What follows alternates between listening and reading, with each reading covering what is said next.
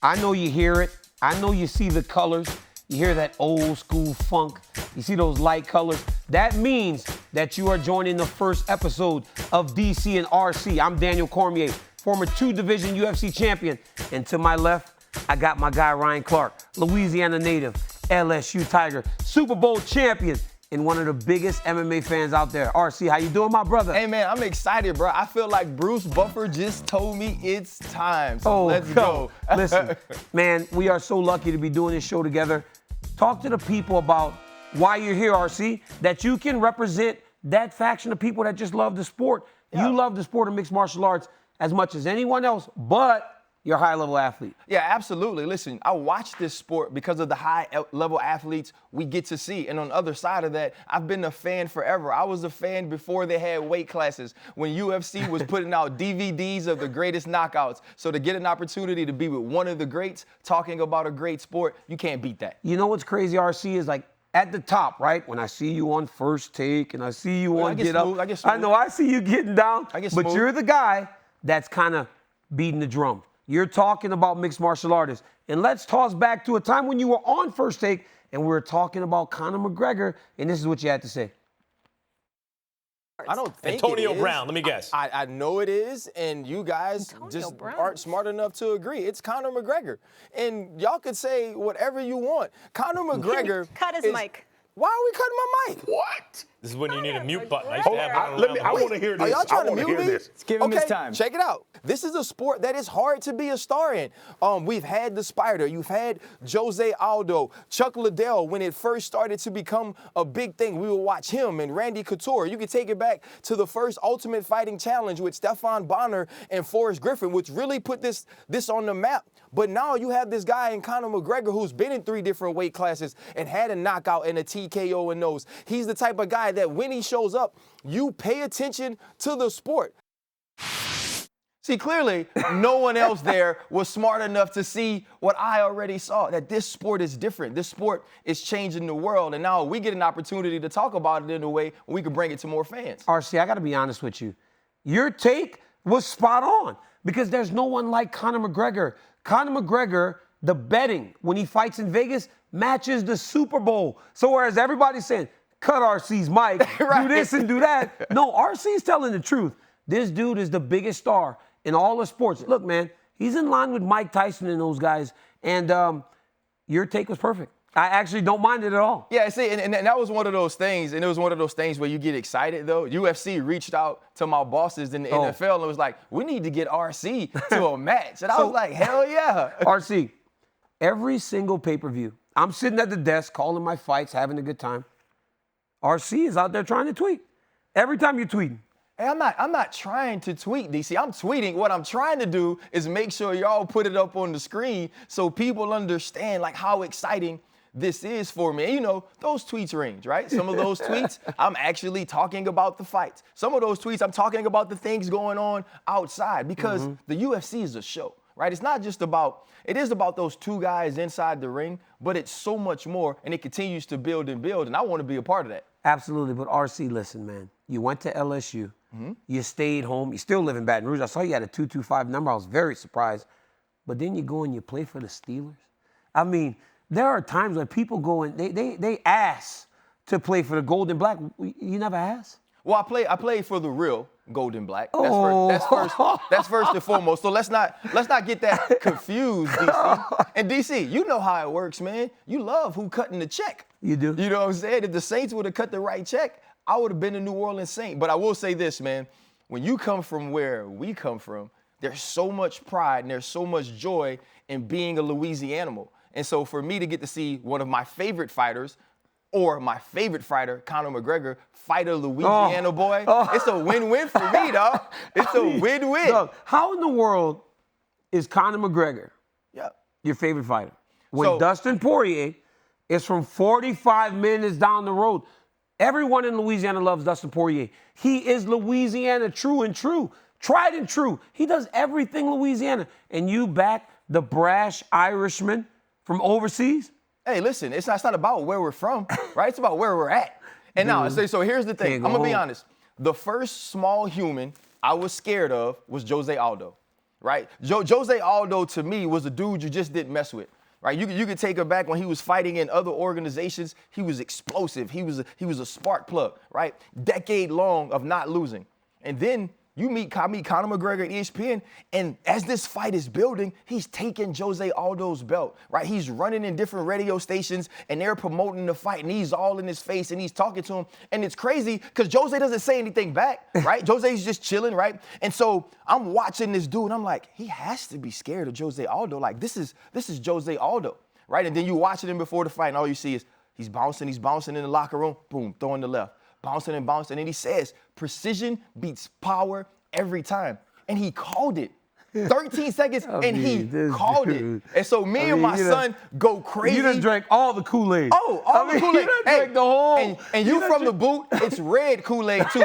Not a flavor, it's just red. And there's more sugar than there is water. And I'm right with Conor McGregor, man. You done drank the whole Conor McGregor Kool-Aid. Yeah, I'm ready to drink some more this weekend because we have a great fight. First round finish the first time, second round finish by Dustin the second time. These are two bad dudes who weren't scared of each other, and we're going to get to see them trade. RC, we got a new show, but I've got a familiar friend that stayed with us.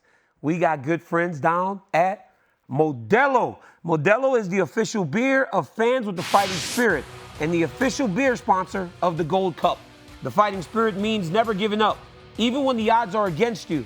Modelo is a brand that comes from small beginnings and never gave up. They've been the gold standard since 1925.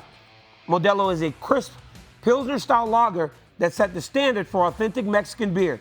They use premium hops to give the golden lager its crisp taste. Get the official beer of UFC for fight night. So next time you're tuning into a UFC fight, make sure you've got the beer that's always in your corner. Modelo, brewed for those with a fighting spirit. RC, we got two. We got two friends. We got two friends. We got two friends. We got two ad reads. Here comes the second. DraftKings. McGregor versus Poirier 3 is all set for UFC 264. Every punch, kick, and knockout means so much more with the DraftKings lineup on the line.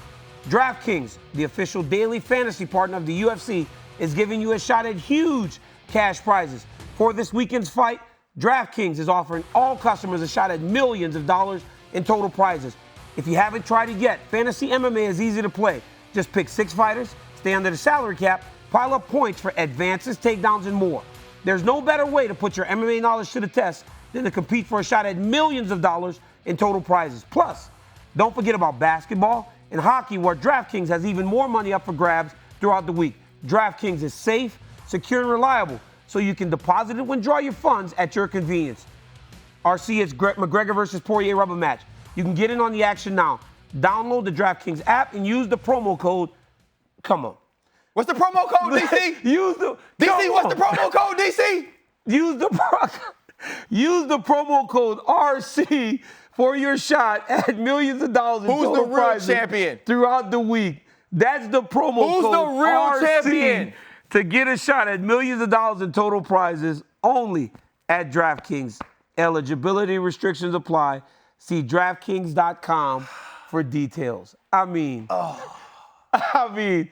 sent a tweet days ago saying, maybe, just maybe now, I'll have my own promo code, and look at this. You know what? I think that's what ESPN is doing. You start every show and you're like, former 2-division champ, Daniel Cormier. What you won't get is your own promo code, brother. Come on, RC. That's crazy, man.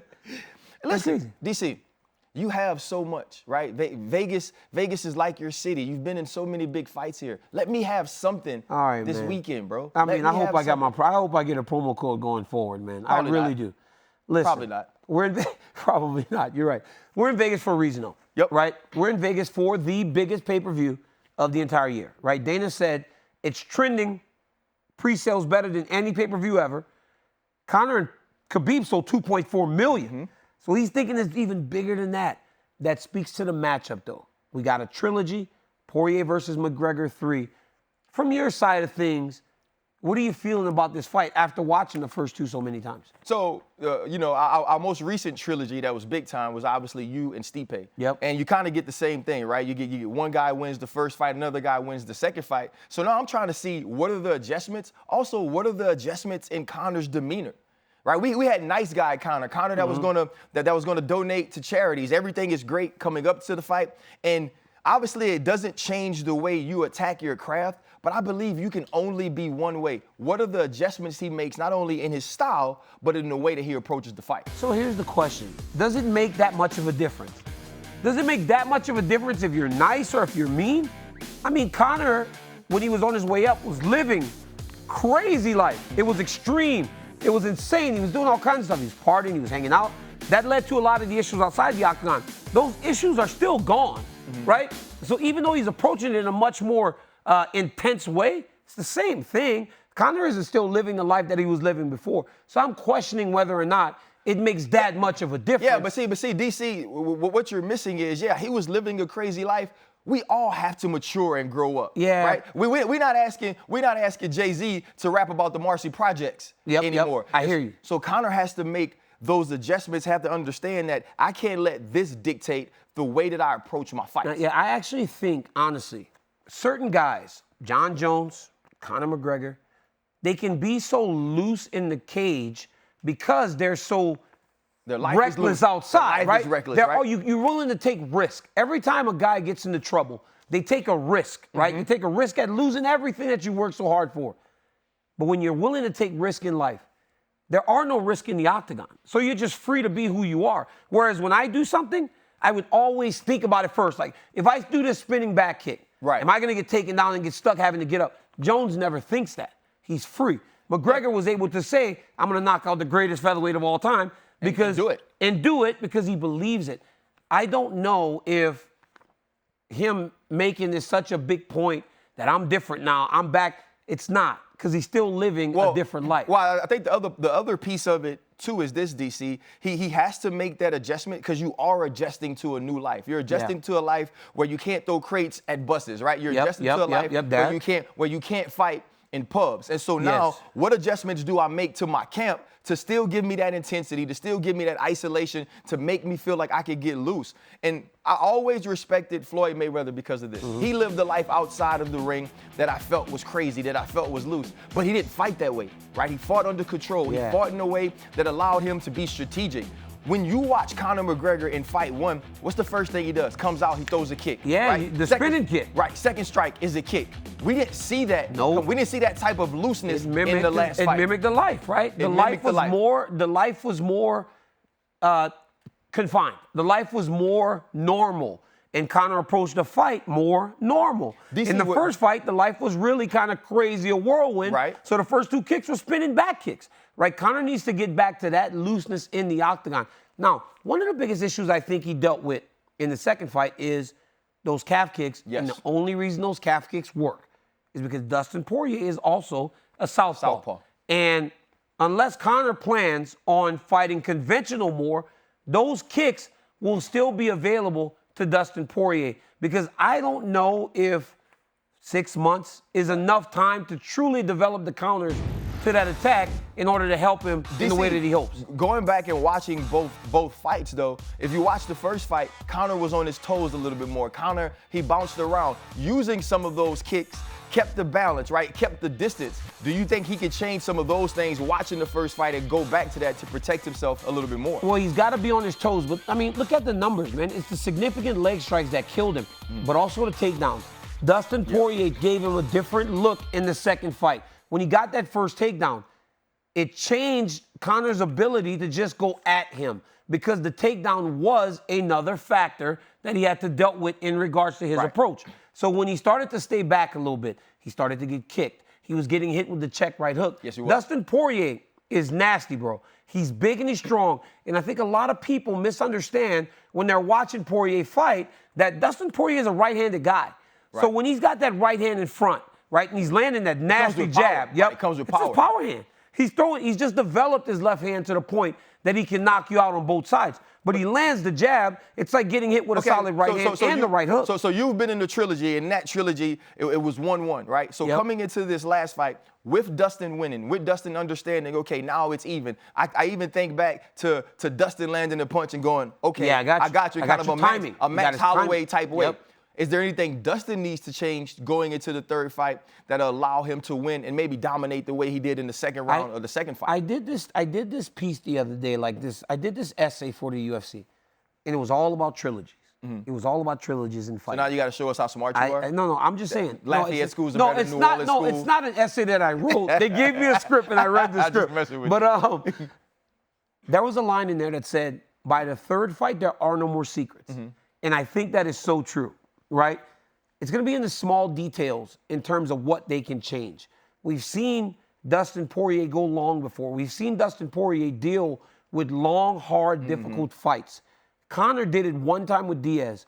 Can he continue that against a guy like Poirier, who's going to be pressing him, who has been in a lot of dogfights, right? He's a nasty guy.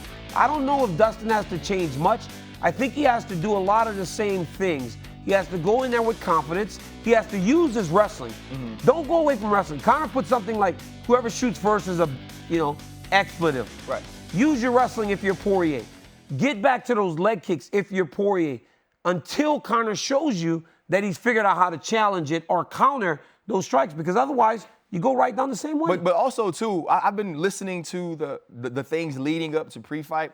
There's been a lot more like posturing, right? There's been a lot more setting up for Conor to say, okay, listen, the first guy that shoots is this. And then Dustin says, well, how about the first one that gets taken down is this? And so I believe that both of these guys are trying to find an edge. Both of these guys are trying to figure out what they could change going into this fight. But we've talked about the way that guys change because their lives change, right? Yep. You and I both know we're different when we're broke, different when we get money. For sure. Right? Conor's at a position where he's now gotten that money. He's gotten more money than anybody's ever done this. Yes. So I believe he has to get in that place of desperation that we saw him. Before fighting Jose Aldo, he was desperate for that belt. Yes, he was. Right? He wanted that belt. He needed that fame. He wanted to be that star. Now you have all those things. We're talking about legacy now. Yeah. Right? We're talking about the Conor McGregor legacy. Obviously, he didn't get a chance to fight Khabib again, but he did get a chance to fight Diaz. Yep. Now he's getting a chance to avenge another loss. Can he go into the deep water and not wilt? That's what he's going to have to do, right? Because I imagine this fight will go longer, right? Which is great for me as a guy that's going to be sitting next to the octagon. I want to watch these guys fight.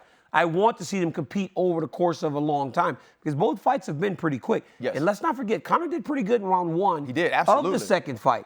It was just when he started to get broken down, he struggled. But he has said himself, he kind of looked past Dustin. He was looking to the match with Manny Pacquiao. He had a boxing fight scheduled. He was doing all those things. But you spoke to desperation. It seems as though he's done that, right? He's in L.A. He left the family. They're not coming to the fight. He's really separated himself from those things that give you comfort. Because gotta get uncomfortable. That gives you comfort. Being at home in bed with your wife every night, holding your kids before you go to practice every morning, kissing them when you come back. You have a hard day, they rub you. They rub you your live the good life. Yeah, Daddy, we love you. We're so happy you do what you do. You're the reason why we can have all these things. And you think about those comforts. I should tell everybody, the reason I had to go to the hotel on Saturday night before the game was time kind of to get away from those things, get in that mindset, okay, it's just me, right? I got to go out there and I got to do this. I'm doing this for them, but it's about me. But on the other end of that, Conor has this layoff, right? Yeah. You come in and you fight a guy like Dustin. You didn't get a cupcake. You didn't get just a guy you can walk over. You fight Dustin, you lose. The rematch has to happen right away. Even Dustin, who could have had a different fight, he said, you know what? I'm going to take this. I'm going to finish this because he understood what the biggest fight is. Is this about ego for Conor, though? Honestly, I got to avenge this? Ryan, that's a question that I wonder about, right? Because they could have went in different directions. Or it could have took more time. To do this again in 6 months, that's probably, for me, as an analyst, the one question I have for McGregor. Is this fight ego-driven? Because it didn't seem like he wanted to fight him again in May. So it's like it didn't seem like there was enough time to correct what was so new to him. Because when Conor left, calf kicks weren't as prevalent as they are today. Today, they're such a massive part of mixed martial arts. 6 months seems like a very quick time to try and fix that and then go back and fight him. So I think it is Conor's ego. You know what this reminds me of, DC? And this is going to be the fan RC. This is going to be the RC that grew up in New Orleans where you could throw hands in the middle of the street. Right? But you remember, if you and a guy squared up and say you knew him pretty well and he got you, You wanted to get right back you want at to it. fight him again. Right, you want, like, we got to run that back. Yep. Right, like, I know I got you. This ain't the street, though. Yes, right, no, it's not. this is mixed martial arts. This is something you train for. This is an art.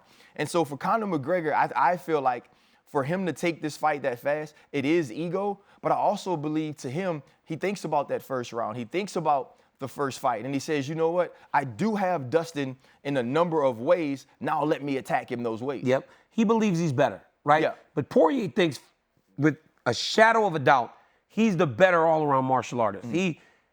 I remember when we left to Fight Island before the last fight, I felt a bit of a nervous energy coming off of Dustin. Right. Not this time. Dustin seems sure because now he's been in there, right? There are no more surprises. He got knocked out the first time, so that sucked, right? He understood how bad it was. He had to go back and deal with that. But after getting the win, after staying 5 minutes with him, taking his best shots, you could see a point in the fight where Dustin started to really feel Conor's timing, and you could see him start to get in his rhythm. A Poirier with rhythm is a real problem. Is it bad? So as a fighter, as a man that's going to stand across from another man that wants nothing more than to knock him out, is it bad to not have that nervous energy? Like, I know for me, I loved going into the game against the Baltimore Ravens and feeling that heightened sense of energy. Is like, look, if I don't get my mind right, I can go to sleep today. No, he was nervous, but it was something a little bit different the last time. A little uncertainty. Okay. That's not there this time. I got you. I mean, there is no uncertainty. He believes he's going to win without a shadow of a doubt. And his belief is making me believe it too. Well, DC, it's because you want to believe it, right? Because you like the Saints, right? We're the same age. Nobody our age grew up actually liking the you're Saints. crazy. You know you didn't start liking the Saints until after Katrina. You're so crazy. Come on, DC. You're so Don't crazy. Don't just be a homer, I bro. like the Saints the entire time. Bro, the Saints' first playoff, 1992. Yeah, I loved it. We used to sit there in Louisiana, and the Saints would play on Monday Night Football, and we were like, man, that's a big game. Look at my family. I mean, we're all saying it out. We are all saying it out. We go to every game. We went to the NFC Championship game. We went to New Orleans to sit there. It was like a funeral after we lost.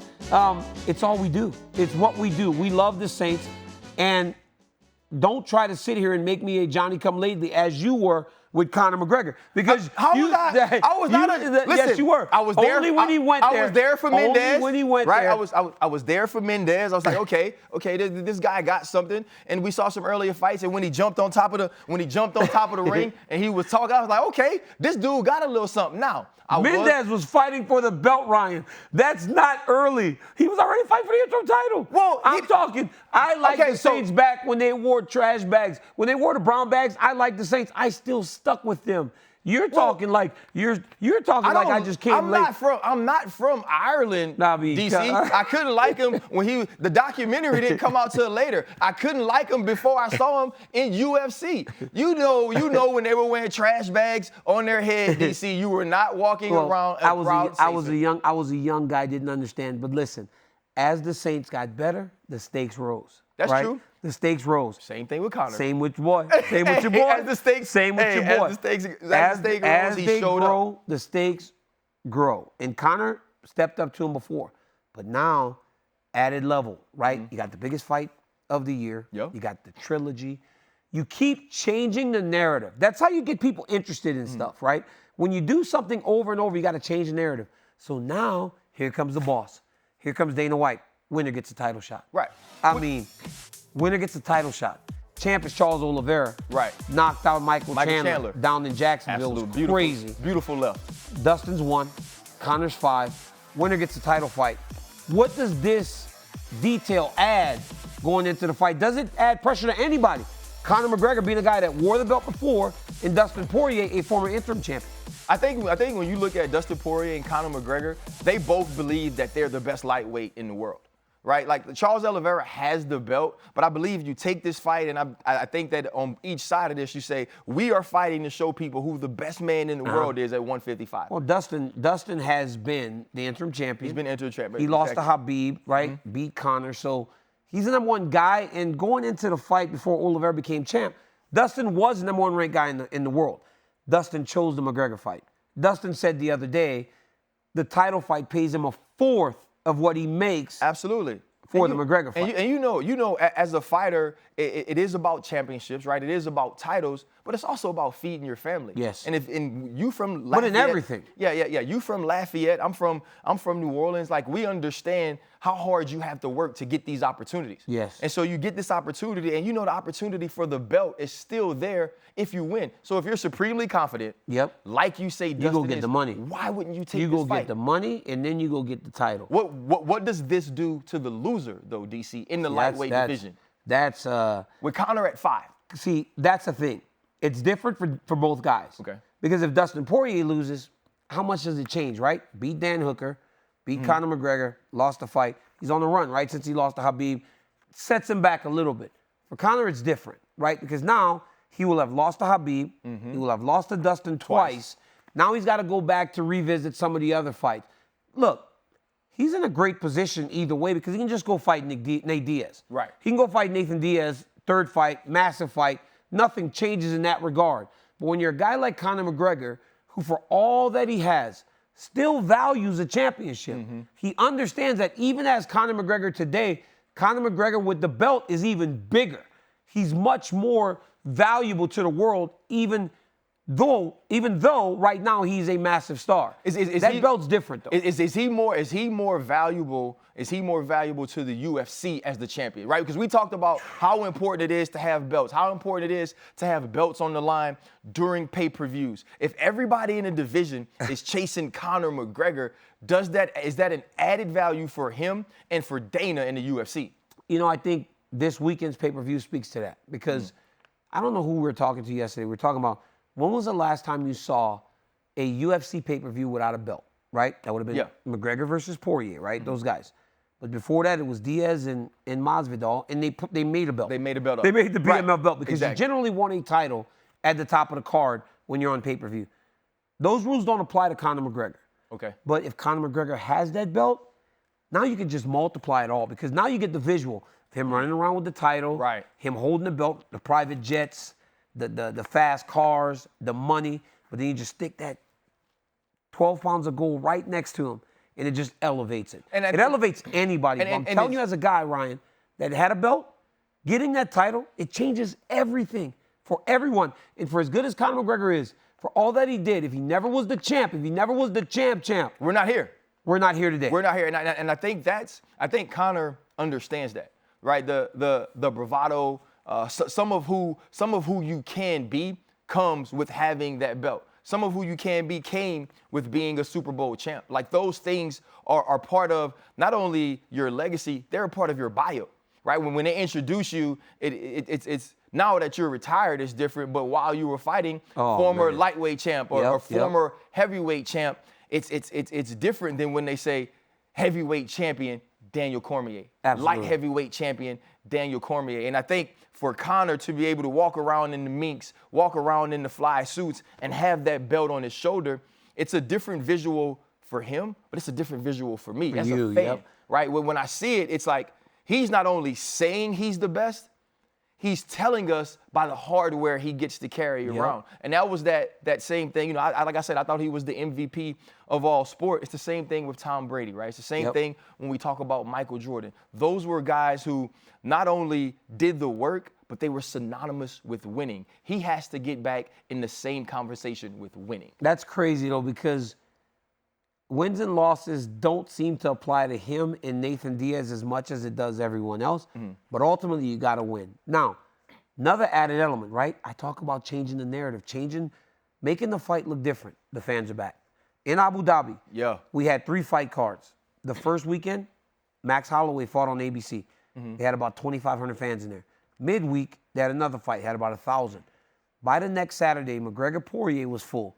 Every seat available, the 4,000 they had, was sat in. This weekend, we get back to T-Mobile Arena. 18,000, 20,000 strong. Tickets prices through the roof. Longest celebrity list of all time. Right. This is what Conor McGregor's made for. Now, for Dustin Poirier, he isn't as excited about that. And he sat down with Brett Okamoto, and he kind of discussed it a little bit. Let's take a listen. Fighting's hectic, man. I don't really like, you know.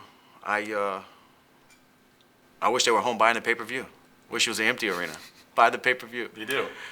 No, it's nice, man. I have a lot of people going, family members, friends who are very excited. And it's good. It makes me feel good to see this direction of the world, or of America at least, with things opening, full capacity, just a little bit of normalcy back in our lives. It's been a crazy couple years here, but fans yelling, it's hard. Like I said, it's hectic. You're in the locker room warming up, then you go out there, you have to walk through the tunnel, and people are spilling beer and yelling crazy stuff at you when you're about to go fight this man, fight for your life in front of the world. It just adds more chaos to it for me, you know. But that's fighting. That's what it is. Look at your eyes. I mean, look at your eyes. Oh, no, DC. Look at your eyes. Oh, no, DC. Conor likes it. Conor likes to walk out of a restaurant in L.A. Conor likes to walk around. He likes that, right? I can't even eat. You know why? Because I'm Conor McGregor. I'm the Notorious. He shadow boxed for these people. They loved it. These people are out waiting for McGregor as he left dinner. But then you got Dustin Poirier on the other end saying, kind of want to do it in an empty arena. The athlete loves the crowd. I mean, like you said, the Ravens game, you know the crowd's going crazy. Love it. How much did you love going to Baltimore knowing? That's what you wanted. I wanted to walk into M&T Stadium and say, look, we're here. Yeah. I love that. Right? I wanted somebody to run a slant and it just be me and him in the middle of the field.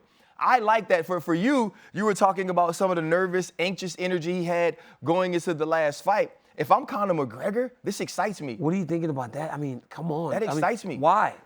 I don't understand why DP's saying it, because the crowd has lifted him to a lot of crazy performances. Boy, I don't like that. You know the word that stuck out to me? Chaos. Mm-hmm. Remember early on in the show, you spoke about Conor McGregor's life outside of the ring being chaotic. Yep. Right? The chaos. And so now, that's the way Conor McGregor gets that chaos back into the arena, back into the fight. And he loves it. He plays to it, right? When he comes out and he's here, right? Everybody's doing that now, too. Right, or before the fight when he's looking and he's like, all of those things, that feeds who Conor McGregor is. And so now it's about Dustin being able to create, right? Dustin wants to create the same atmosphere we had before fans were back. He wants normalcy. He wants it normal. He wants me and you. A sparring feel. Me versus you. Back alley fight feel. Dustin that's seems not to what want, it's going to be. no, he seems to want a more, it's more intimate, right? Like it's me and you, right? Mano a mano. Dustin's from Lafayette, right? Dustin wants that. Like you said, you're in the street. You knock the stick off my shoulder. You know what talk it is. Talk about my mama. You know what it is. You talk about my mama. And we walk around in a circle for 20 minutes with our shoulders pressed against each other. Exactly. So Dustin wants that. I want you and me. I don't want you to get energy from the crowd. I don't want any of that. Well, you got to think about it, too. Conor McGregor, I played with Antonio Brown, and some things happened toward the end of his Pittsburgh career, and they felt like I had an issue with him. Here's the issue I never had with him. I knew he played for fame, right? I knew he played for money. I knew he liked the glitz, the glamour, the lights. But the thing about this, it made him work harder than any offensive player I'd ever seen. And so I had no issues with him because I knew when the lights were on, he was prepared. And I think that's what Conor McGregor fights for that, right? 4,000 ain't enough for him. Oh, you think the crowd's going to generate more energy? Yeah, he didn't build this legacy of the Notorious to fight in front of 4,000. He built that to fight in front of the largest list of celebrities. He built that to fight in front of full arena, and that's what he'll get on Saturday. Bro, this dude, his crowds are insane. I mean, there's beer getting thrown all over the place. It's like Dustin said he didn't like the beer getting thrown on him. It's like soccer matches, it's like those crazy soccer matches you see in Europe when Conor McGregor fights. Man, I cannot wait until this weekend. It is going to be a fantastic main event, but the fight card itself is going to be tremendous. UFC 264 is one of the biggest pay-per-views that I've seen for a long time. You get Conor McGregor versus Dustin Poirier for the third time. Trilogies are the best thing in all of sports. Nothing quite matches it. Make sure you tune in Saturday, 10 p.m. Eastern on ESPN+. Guys, don't miss it. And as Dana told you yesterday, if you're going to order it right now. Because if you don't, you may get locked out because you have 3-4 million people trying to buy this all night. ESPNplus.com/pay-per-view to get UFC 264. It's going to be fantastic. Now, Ryan Clark, listen, man, it's been fun. It's been an excellent time. But you got some splaining to do. SPL, huh? You got some splaining to do. I mean, look at this. Ryan Clark on 4/24/21 at 10 o'clock. Bruh, UFC 261. Bruh, how much do you think my guy DC weighs right now? Ryan Clark, you feeling safe and comfortable in your house when you're writing that. Yeah, I don't feel as comfortable now talking about it. But listen, DC, you know, I've seen skinny-ish DC Yeah, fight, ish. right? I saw thick DC fight against Stipe. So I just wanted to know where you were in your training. Are you wanting? Wait, I knew are you weren't. wanting an answer to that? Yeah, I knew you weren't cutting weight You to don't be an ask analyst. Hey, you don't ask a man. Or wait, that's You a woman? absolutely can You don't- ask a man. You don't ask a woman her age or her weight. And I'm gonna go and say you don't ask DC his age or his weight. I'm not doing it. I'm not Hey, doing I was sitting at home watching. I was like, man, my guy is really filling out that a lot of top red today. beans and rice. A lot of red beans and rice. Ain't nothing wrong with it, brother. come Go, on, man. Bo. You know we love it. There's more though. We got more? There's more. You don't stop. You're constantly on the broadcast. Let's take a look at another Ryan Clark tweet that somehow got onto the broadcast. Let's go all the way back to 2014.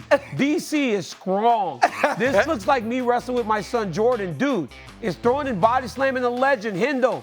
Finally looked old. This is when I really did kind of put it on my boy Dan Henderson. Yeah, this was crazy, man. And, you know, obviously every time I watched your fights, I did watch as a homeboy. You know, like I can be straight up. It's like it's another black dude from Louisiana in this sport, and he's dominating.